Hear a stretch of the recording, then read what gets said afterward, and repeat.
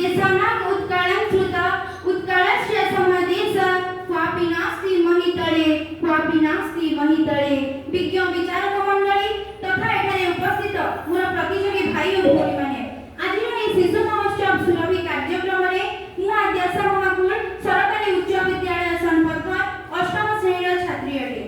तेबे आज विद्यापन विषय वस्तु रही केवल विद्यालय शिक्षा ही ओडिसा लोककला को बंचाई रखिबा को सहाय्य करूची किंतु मु कहिबी ना मो मते केवल विद्यालय शिक्षा द्वारा संभव नहे यह संभव प्रत्येकंकर दायित्व एवं कर्तव्य द्वारा।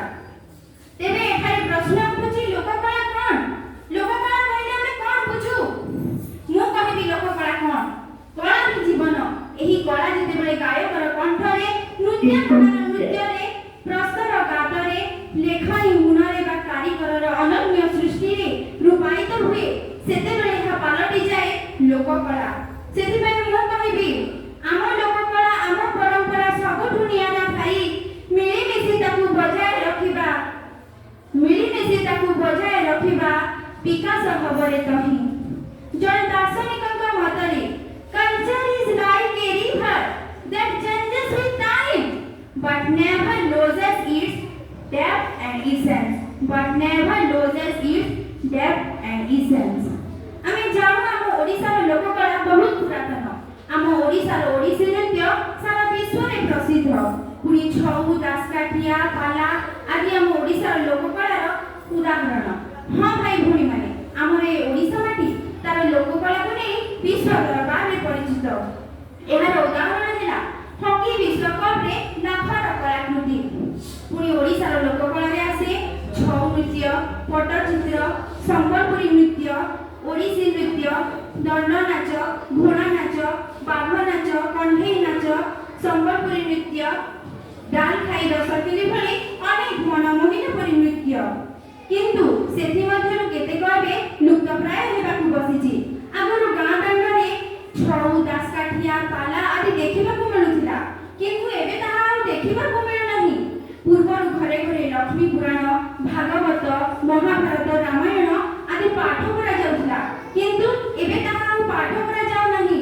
एथिरु कारण कोन आपण माने जानि जंती एहार कारण हैला आमर समस्त पुरातन लोककला एबे धीरे धीरे नाश होबारे लागिछि।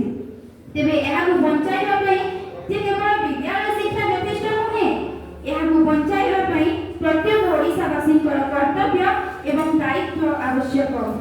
आम ओडिसार आम लोककला आम संस्कृति आम परंपरा समाजर मेरुदंड सदृश।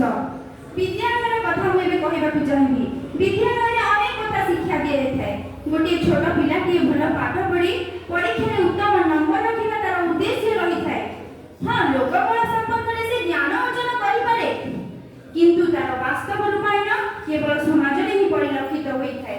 सेति पई मु कहिबी एथि पई प्रत्येकंकर आवश्यकता रहिछि।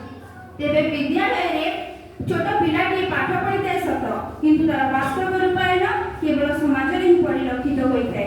आज छोट पिलाटी पॉप डांस कथा जानिछि किंतु छऊ गोटिप आदि नृत्य बा लोककला संपर्क रे से अन्य काहीकि आज गोटिए मंच रे शास्त्रीय नृत्य परिवेषण हेले केते जनजागरण सृष्टि हेबे एवं यदि सेही समान मंच रे आधुनिक नृत्य परिवेषण हुए तेबे सेठारे केते जनजागरण सृष्टि हेबे ताहा आपण माने बेस भल भाबरे जानिचंती। आज विभिन्न पूजा होछि सरस्वती पूजा दुर्गा पूजा काली पूजा आदि नारे आज युवपीढ़ी अश्लील गीत नृत्य परिवेषण करुथिबार दृश्य परिलक्षित हेउछि। एथिरु स्पष्ट जना पडुछि जे आम लोककला आम परंपरा आम संस्कृति आम समाज नष्ट हेउछि। तेबे एथि पई केवल प्रत्येकंकर सहायता दायित्व एवं कर्तव्य दरकार। एथि पई आमे सजाग रहिबे नेडी गोड़ कमुनी को बहि जिवो। सेथि पई प्रत्येक घरर प्रत्येक व्यक्ति समाजर प्रत्येक व्यक्ति राज्य एवं देशर सरकार को मध्य सचेतनता रक्षा करबाकू पड़िबो एवं आम मानकू मध्य एथि प्रति ध्यान देबाकू पड़िबो। इलेक्ट्रॉनिक्स मीडिया रे प्रसारित हेउतबा नग्नता को रोकिबाकू पड़िबो ताहेले जाई आम लोककला आम संस्कृति आम परंपरा बंचिबार आशा उज्जीवित हेबो। शेषरे मु केतोटी ढाडी कहबाकू चाहिबी ओडिया अस्मितार अर्थ आत्मज्ञान बा आत्म परिचय। एहार अर्थ निजकू जानिबा ନିଜର ଅସ୍ତିତ୍ୱକୁ ଉପଲବ୍ଧି କରିବା। ତେବେ ଓଡ଼ିଆ ଲୋକକଳାର ଅର୍ଥ ଓଡ଼ିଆ ଭାଷାର ସ୍ୱାତନ୍ତ୍ର୍ୟକୁ ହୃଦୟଙ୍ଗମ କରିବା। ନିଜ ଭାଷା ସାହିତ୍ୟ ଲୋକକଳା ସଂସ୍କୃତି ପରମ୍ପରା ଜୀବନଶୈଳୀର ପ୍ରତ୍ୟେକ ବୈଶିଷ୍ଟ୍ୟକୁ ବୁଝିବା। ଏହି ଭାଷା ପ୍ରତ୍ୟେକ ଓଡ଼ିଆବାସୀଙ୍କଠାରେ ଜାଗ୍ରତ ହେଉ, ଏହା ହିଁ ମୋର ଛୋଟ ମନରେ ଛୋଟ କାମନା। ମୁଁ ଏତିକି କହି ମୋର ବକ୍ତବ୍ୟକୁ ଶେଷ କରୁଛି। ଜୟ ହିନ୍ଦ।